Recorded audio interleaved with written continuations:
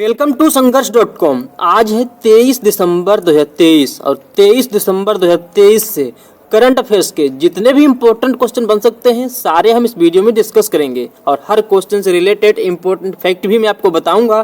तो आप इस वीडियो को पूरा लास्ट तक देखिएगा। लास्ट में मैं आपसे क्वेश्चन भी पूछूंगा, उसका आंसर आपको कमेंट बॉक्स में बताना है। यह वीडियो आने वाले किसी भी एग्जाम्स के लिए मोस्ट इंपॉर्टेंट है। तो अगर आप चैनल पर नए हैं तो चैनल को सब्सक्राइब करके बेल आइकन जरूर दबा लें, जिससे कि आपको डेली मॉर्निंग में ये करंट अफेयर्स की वीडियो मिलती रहे। तो चलिए स्टार्ट करते हैं। आज का पहला क्वेश्चन है, हाल ही में राष्ट्रीय गणित दिवस कब मनाया गया है? तो बच्चे, राष्ट्रीय गणित दिवस ये मनाया जाता है 22 दिसंबर को। प्रसिद्ध गणितज्ञ हैं श्रीनिवास रामानुजम, इनकी जयंती को राष्ट्रीय गणित दिवस के रूप में 22 दिसंबर को मनाया जाता है। तो इस क्वेश्चन का डी ऑप्शन सही है, 22 दिसंबर। अच्छा, राष्ट्रीय गणित दिवस तो मनाया जाता है 22 दिसंबर को।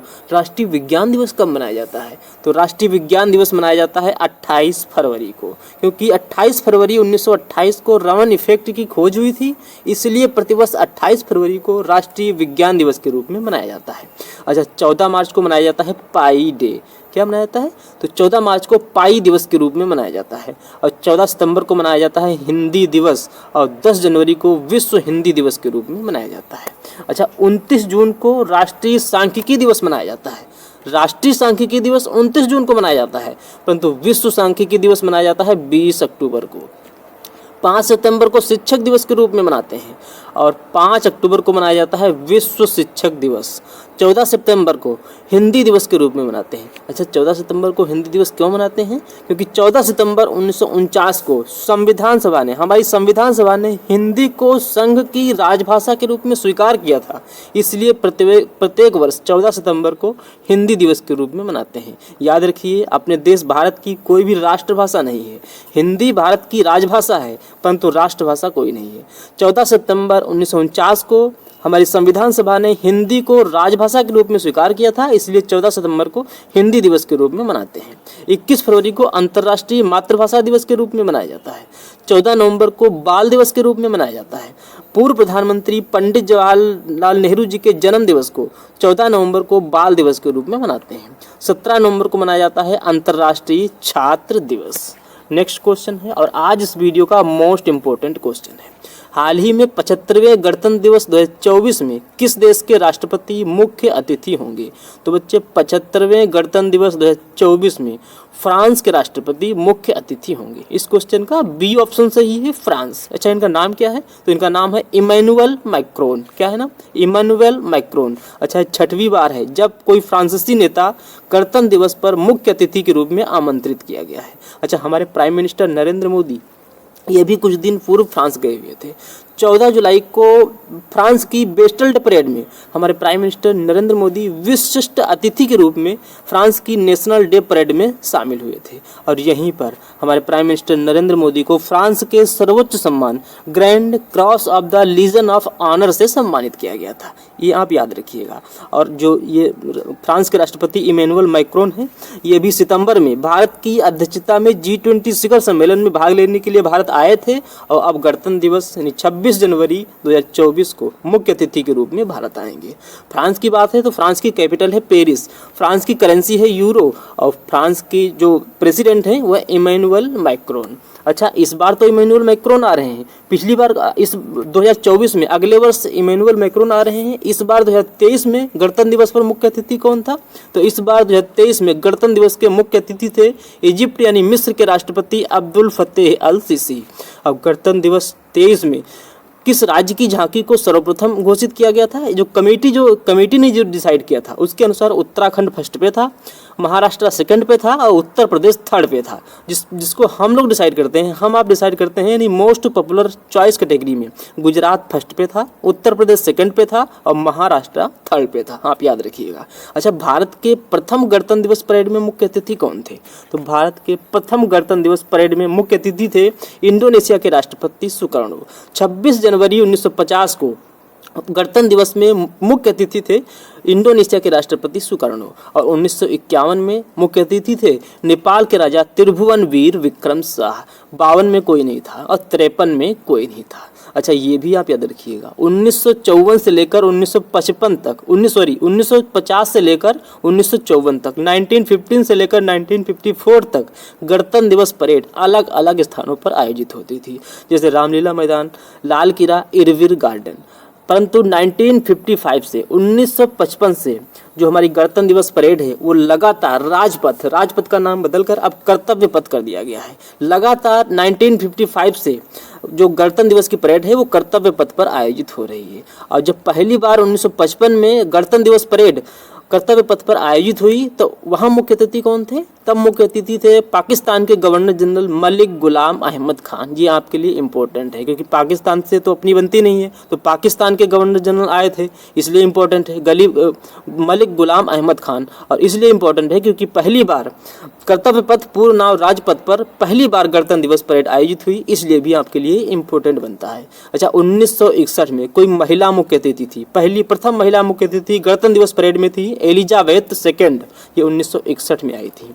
और 2015 में अभी तक एकमात्र अमेरिकी राष्ट्रपति जो मुख्य अतिथि के रूप में आए गणतंत्र दिवस में, वो है बराक ओबामा।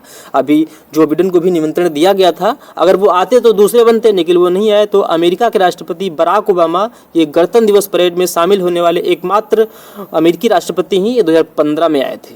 और 2020 में ब्राज़ील के राष्ट्रपति थे जायर बोल्सोनारो। 2021 में कोरोना की वजह से कोई नहीं, और 22 में भी कोरोना की वजह से कोई नहीं आ सका। ये क्वेश्चन आपके लिए इंपॉर्टेंट बन जाता है। अभी तक 5 बार ऐसा हुआ है जब कोई मुख्य अतिथि गणतंत्र दिवस परेड में गणतंत्र दिवस पर नहीं रहा। 1952 में कोई नहीं रहा, 53 में कोई नहीं रहा, 66 में हमारे पूर्व सम्माननीय प्रधानमंत्री लाल बहादुर शास्त्री जी के निधन की वजह से राष्ट्रीय शोक के चलते 1966 में कोई गणतंत्र दिवस से संबंधित कार्यक्रम नहीं हो पाया था, क्योंकि हमारे जो प्रधानमंत्री थे, पूर्व प्रधानमंत्री लाल बहादुर शास्त्री, ये उज्बेकिस्तान की कैपिटल ताशकंद समझौता कराने के लिए गए थे और यहीं पर इनकी डेथ हो गई थी, जो राष्ट्रीय शोक के चलते कोई कार्यक्रम नहीं हो सका।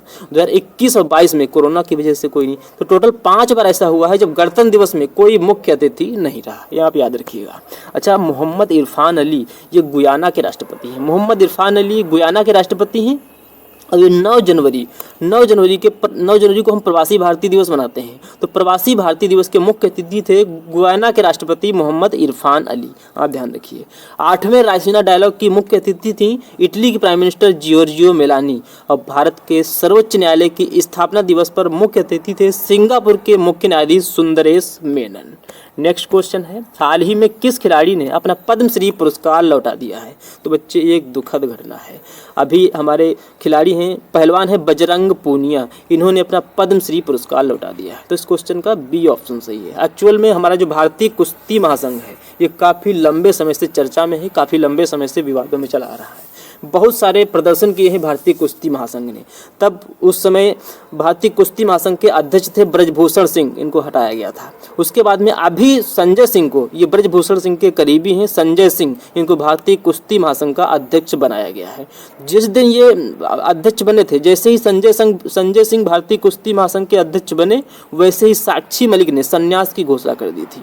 साक्षी मलिक ने संजय सिंह के अध्यक्ष चुने जाने के बाद कुश्ती महासंघ से संन्यास की घोषणा कर दी। साक्षी मलिक ये बहुत महत्वपूर्ण शख्स हैं। इन्होंने कुश्ती में साक्षी मलिक कुश्ती में ओलंपिक में पदक जीतने वाली पहली महिला हैं। इन्होंने ओलंपिक में 2016 में रियो ओलंपिक में रजत पदक जीता था। और साक्षी मलिक, इनको 2016 में खेल रत्न पुरस्कार से भी सम्मानित किया गया था और इन्होंने संन्यास की घोषणा कर दी। और बजरंग पूनिया ने पद्मश्री पुरस्कार लौटा दिया। पद्मश्री पुरस्कार ये देश का चौथा सबसे बड़ा नागरिक सम्मान है। भारत का सबसे बड़ा नागरिक सम्मान है भारत रत्न, उसके बाद पद्म विभूषण आता है। भारत रत्न, फिर पद्म विभूषण, फिर पद्म भूषण, उसके बाद आता है पद्मश्री, और पद्मश्री ही बजरंग पूनिया ने लौटा दिया है। अच्छा, 2023 में इस बार पद्मश्री कितने लोगों को दिया गया था? तो इस बार पद्मश्री दिया गया था 45 लोगों को, पद्मश्री 45 लोगों को दिया गया था, पद्म विभूषण 3 लोगों को दिया गया था और पद्म भूषण दिया गया था 5 लोगों को। नेक्स्ट क्वेश्चन है, हाल ही में किस राज्य में गहन शीतकालीन अवधि चिल्लाई कला की शुरुआत हुई है? तो गहन शीतकालीन अवधि है जिसे जम्मू कश्मीर में चिलाई कला नाम से जानते हैं और इसकी अभी ओपनिंग हो गई है। ये टोटल 4 दिनों का प्रोग्राम है। 4 दिनों की बहुत कड़ाके की ठंड है और ये जम्मू कश्मीर में शुरू हुई है और इसे चिलाई नाम से जानते हैं।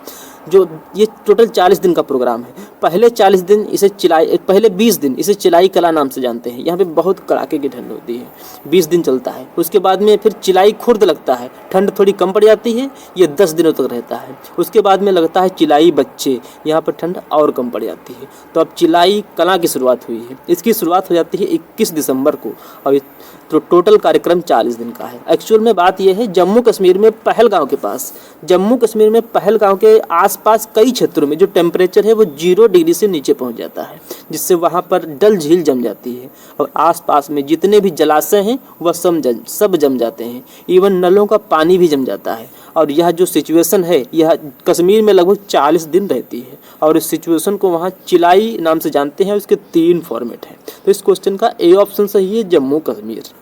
जम्मू कश्मीर की बात है तो मैं आपको थोड़ा जम्मू कश्मीर के बारे में बताता हूँ। जम्मू कश्मीर प्रेजेंट में एक केंद्र शासित प्रदेश है, लेकिन जम्मू कश्मीर एक राज्य था। जम्मू कश्मीर 5 अगस्त 2019 तक भारत का एक राज्य था। 5 अगस्त 2019 को विधेयक राज्यसभा में पेश किया गया और 31 अक्टूबर 2019 को लागू हुआ, अर्थात जम्मू कश्मीर 31 अक्टूबर 2019 से भारत का एक केंद्र शासित प्रदेश बन गया। जम्मू कश्मीर में 20 जिले हैं, लोकसभा की 5 सीटें हैं, राज्यसभा की 4 सीटें हैं और विधानसभा की 114 सीटें हैं जम्मू कश्मीर में। जम्मू कश्मीर की आधिकारिक भाषा है कश्मीरी, डोगरी, उर्दू, हिंदी और अंग्रेजी। अच्छा, जम्मू कश्मीर भारत का एकमात्र केसर उत्पादक राज्य है। सेब के उत्पादन में जम्मू कश्मीर टॉप पर है। जम्मू कश्मीर में है जोजिला दर्रा, लेह राजमार्ग यहीं से गुजरता है। जम्मू कश्मीर में जोजिला दर्रा है, लेह राजमार्ग यहीं से गुजरता है और जम्मू कश्मीर में पीर पंजाल दर्रा है, बनिहाल दर्रा है और बुरजिल दर्रा है। जम्मू कश्मीर में है बुलर झील ये भारत की सबसे मीठे पानी की झील है। इसके अतिरिक्त जम्मू कश्मीर में शेषनाग झील है, मानस बेल झील है। जम्मू कश्मीर में सैफ्रॉन पर्व मनाया जाता है। सैफ्रॉन पर्व जम्मू कश्मीर में मनाया जाता है। गुरेज पर्व मनाया जाता है, नवरोज पर्व मनाया जाता है, सिकारा मेला मनाया जाता है। हैरत महोत्सव का आयोजन जम्मू कश्मीर में होता है। कंचोथ महोत्सव मनाया जाता है और ट्यूलिप फेस्टिवल का आयोजन जम्मू कश्मीर में होता है। जम्मू कश्मीर में दाचीगाम नेशनल पार्क है, किश्तवाड़ नेशनल पार्क है, सलीम अली नेशनल पार्क है। अच्छा, सलीम अली नेशनल पार्क जम्मू कश्मीर में है। एक है सलीम अली पक्षी विहार, ये कहाँ है? तो सलीम अली पक्षी विहार है गोवा में, आप ध्यान रखिएगा। जम्मू कश्मीर में गुलमर्ग वाइल्ड लाइफ सेंचुरी है, मानसर वन्यजीव अभ्यारण्य है, रामनगर वन्यजीव अभ्यारण्य है, नदी वन्यजीव अभ्यारण्य है, ओवेरा वन्यजीव अभ्यारण्य है और होकेसर वन्यजीव अभ्यारण्य है। अच्छा, अभी जम्मू कश्मीर ने आनंद विवाह अधिनियम को लागू किया है। आनंद विवाह अधिनियम ये सिख समुदाय से रिलेटेड है और सिख समुदाय में से आनंद कारज नाम से जाना जाता है। अच्छा, अभी जम्मू कश्मीर के युवा मतदाता जागरूकता राजदूत नियुक्त हुए हैं क्रिकेटर सुरेश रैना और अटल डल्लू को जम्मू कश्मीर का मुख्य सचिव नियुक्त किया गया है। अभी जम्मू कश्मीर पुलिस के महानिदेशक का अतिरिक्त प्रभार संभाला है RR स्वैन ने। नेक्स्ट क्वेश्चन है, हाल ही में यूनेस्को ने किसे शहरी पुनरुद्धार और विरासत संरक्षण पुरस्कार प्रदान किए हैं? तो बच्चे भी यूनेस्को ने पंजाब के रामबाग गेट और प्राचीरों को, हरियाणा के चर्च ऑफ एपिफेनी को और दिल्ली के बीकानेर हाउस को अभी यूनेस्को ने शहरी पुनरुद्धार और विरासत संरक्षण पुरस्कार प्रदान किए हैं। इस क्वेश्चन का डी ऑप्शन सही है, उपयुक्त सभी। ये क्वेश्चन आपके लिए इंपॉर्टेंट है, फिर से बताता हूँ। अभी यूनेस्को ने पंजाब के रामबाग गेट और प्राचीरों को, हरियाणा के चर्च ऑफ एपिफेनी को और दिल्ली के बीकानेर हाउस को यूनेस्को ने शहरी पुनरुद्धार और विरासत संरक्षण पुरस्कार प्रदान किए हैं। इस क्वेश्चन का डी ऑप्शन सही है, उपयुक्त सभी। अब यूनेस्को की बात है तो यूनेस्को की फुल फॉर्म आप याद रखिएगा। यूनेस्को की फुल फॉर्म है united nation educational scientific and cultural organisation. क्या है full form? United nation educational scientific and cultural organisation. UNESCO की स्थापना हुई 1945 में। यूनेस्को का हेडक्वार्टर है पेरिस में और यूनेस्को के हेड हैं ऑड्रे अजोले। अच्छा बच्चे, मैंने अभी आपको बताया था कुछ दिन पूर्व, गुजरात का गरबा नृत्य ये यूनेस्को की अमूर्त सांस्कृतिक विरासत सूची में शामिल हुआ है और यूनेस्को की अमूर्त सांस्कृतिक विरासत सूची में गरबा नृत्य शामिल हुआ है। ये 15वें नंबर का है। ये 15वें नंबर का है तो 14वें नंबर का कौन सा है? तो 14वें नंबर का है पश्चिम बंगाल का दुर्गा पूजा। अच्छा, यूनेस्को की क्रिएटिव सिटी यूनेस्को, भारत में यूनेस्को की क्रिएटिव सिटीज़ हैं टोटल 8, जिसमें से लेटेस्ट हैं अभी शामिल हुई है ग्वालियर और कोझिकोड। ग्वालियर ये संगीत के लिए शामिल किया गया है और कोझिकोड ये साहित्य के लिए शामिल किया गया है। मोस्ट इंपॉर्टेंट है, आप याद रखिएगा। ये लेटेस्ट हैं 2, तो टोटल 8 हो गए हैं। तो 8 के नाम याद कर लेते हैं।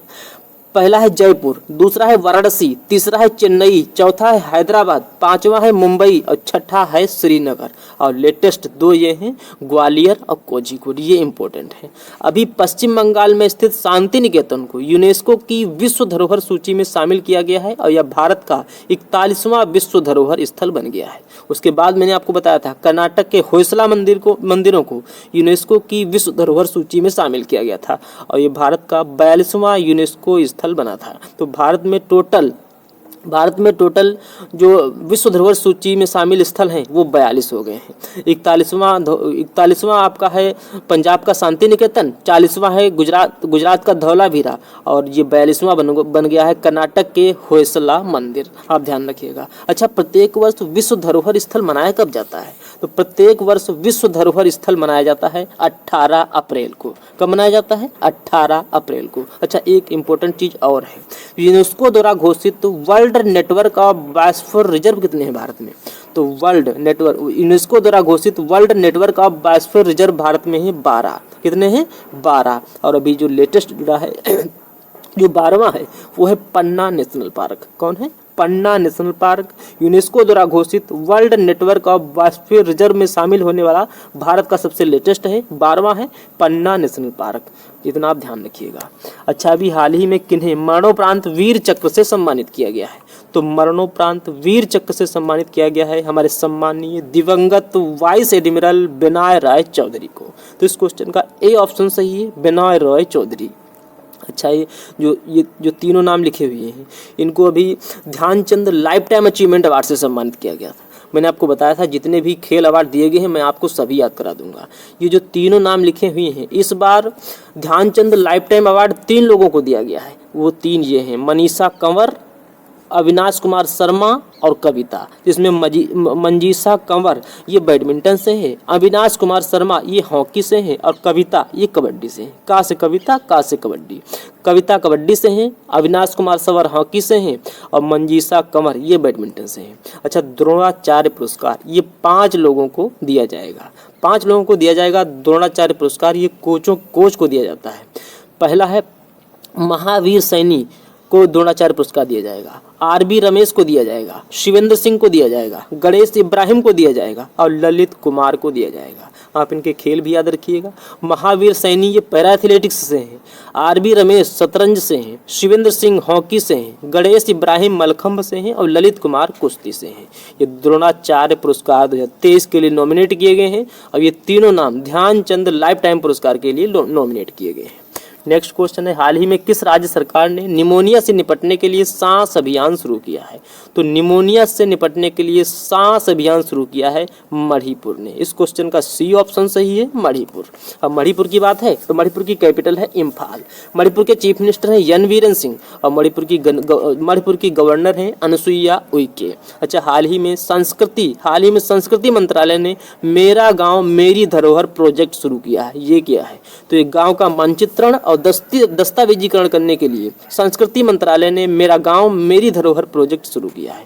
और हाल ही में आयुर्वेद चिकित्सकों द्वारा नवाचार को बढ़ावा देने के लिए अग्नि पहल शुरू की गई है, AGNI। इसकी आप फुल फॉर्म याद रखिए। इसकी फुल फॉर्म है आयुर्वेदा ज्ञान नैपुण्य इनिशिएटिव। AGNI इसकी फुल फॉर्म है आयुर्वेदा ज्ञान नैपुण्य इनिशिएटिव। अच्छा, अभी हाल ही में सेबी ने निवेशक जोखिम न्यूनीकरण को आगे बढ़ाने के लिए IRRA यानी investor risk reduction access platform launch किया है। नेक्स्ट क्वेश्चन है, हाल ही में बौद्ध धर्मगुरु दलाई लामा ने कहाँ अंतर्राष्ट्रीय संघ फोरम का उद्घाटन किया है? तो बौद्ध धर्मगुरु है दलाई लामा, इन्होंने अभी अपने बोध गया में अंतर्राष्ट्रीय संघ फोरम का उद्घाटन किया। तो इस क्वेश्चन का डी ऑप्शन सही है, बोध गया। अच्छा बच्चे, अभी पहली वैश्विक बौद्ध शिखर सम्मेलन आयोजित हुई। जी कहाँ आयोजित हुई है? तो पहली वैश्विक बौद्ध शिखर सम्मेलन का आयोजन हुआ है नई दिल्ली में। और इसका आयोजन किया किसने है? तो इसका आयोजन किया है संस्कृति मंत्रालय ने और इसका उद्घाटन किसके द्वारा किया गया था? तो इसका उद्घाटन किया गया था हमारे प्राइम मिनिस्टर नरेंद्र मोदी के द्वारा। अच्छा, अभी हाल ही में भारत का पहला बौद्ध विश्वविद्यालय स्थापित किया जा रहा है। ये कहाँ स्थापित किया जा रहा है? तो भारत का पहला बौद्ध विश्वविद्यालय स्थापित किया जा रहा है त्रिपुरा में, आप याद रखिए। और बोधगया में ही भगवान बुद्ध की भारत की सबसे बड़ी लेटी हुई प्रतिमा का निर्माण किया जा रहा है। अच्छा, गौतम बुद्ध को ज्ञान की प्राप्ति किस नदी के किनारे हुई थी? तो गौतम बुद्ध को ज्ञान की प्राप्ति बोधि वृक्ष के नीचे फाल्गु या निरंजना नदी के किनारे गौतम बुद्ध को ज्ञान की प्राप्ति हुई थी। अच्छा, गौतम बुद्ध ने अपना पहला उपदेश कहाँ दिया था? तो गौतम बुद्ध ने अपना पहला उपदेश दिया था सारनाथ में। कहाँ दिया था? सारनाथ में, वाराणसी में। और इसको धर्म चक्र परिवर्तन या महापरिनिर्वाण के नाम से जाना गया। और गौतम बुद्ध ने अपना अंतिम उपदेश कहाँ दिया था? तो गौतम बुद्ध ने अपना अंतिम उपदेश दिया था कुशीनगर में। ये दोनों उत्तर प्रदेश में ही है। नेक्स्ट क्वेश्चन है, हाल ही में किसे लगातार दूसरी बार C board of the year सम्मान से सम्मानित किया गया है? तो बच्चे, इरेडा के अध्यक्ष और प्रबंध निदेशक हैं प्रदीप कुमार दास, और इनको लगातार दूसरी बार C board of the year सम्मान से सम्मानित किया गया। तो इस क्वेश्चन का बी ऑप्शन सही है, प्रदीप कुमार दास। अच्छा, ये जो ए नंबर पे नाम लिखा है सविता लाडेज, इनको भी रॉयल सोसाइटी ऑफ केमिस्ट्री पुरस्कार प्रदान किया जाएगा। सविता लाडेज को रॉयल सोसाइटी ऑफ केमिस्ट्री पुरस्कार प्रदान किया जाएगा। और ये दो नाम लिखे हैं अली अबू अब्बाद और डेनियल बरेनबोइम, इन दोनों को इंदिरा गांधी शांति पुरस्कार 2023 दिया गया है, अली अबू अब्बाद और डेनियल बरेनबोइम को। नेक्स्ट क्वेश्चन है, और आज इस वीडियो का लास्ट क्वेश्चन है, हाल ही में यूनेस्को ने किसे अवार्ड ऑफ डिस्टिंक्शन प्रदान किया है? तो मैंने यूनेस्को के बारे में आपको इसी वीडियो में डिटेल में बताया है, और उसी का एक फॉर्मेट है। यूनेस्को ने किसे अवार्ड ऑफ डिस्टिंक्शन प्रदान किया है? तो बच्चे, केरल के अपने देश भारत में केरल के कुन्नामंगलम भगवती मंदिर में स्थित है कर्णिकारा मंडपम, और अभी इसे यूनेस्को ने अवार्ड ऑफ डिस्टिंक्शन प्रदान किया है। तो इस क्वेश्चन का ए ऑप्शन सही है, कर्णिकारा मंडपम। अब आपके लिए लास्ट वीडियो के क्वेश्चन का आंसर। लास्ट वीडियो में मैंने आपसे क्वेश्चन पूछा था, हाल ही में आयोजित विजय हजारे ट्रॉफी 2023 का खिताब किसने जीता है? तो इस क्वेश्चन का ए ऑप्शन सही है, हरियाणा। अब आपके लिए आज का क्वेश्चन है, हाल ही में किसे भूटान के प्रतिष्ठित national order of merit gold medal से सम्मानित किया गया है? 4 ऑप्शन दिए गए हैं, आपको अपना आंसर कमेंट बॉक्स में बताना है। तो ये था आज का हमारा करंट अफेयर्स का वीडियो। आपको ये वीडियो कैसा लगा प्लीज कमेंट बॉक्स में जरूर बताना। और अभी तक भी आपने हमारे इस चैनल को सब्सक्राइब नहीं किया है तो प्लीज आप इसे जरूर सब्सक्राइब कर लें। निश्चित ही इस चैनल से आपको काफी हेल्प मिलेगी। तो चलिए मिलते हैं नेक्स्ट वीडियो में, तब तक के लिए जय हिंद, जय भारत।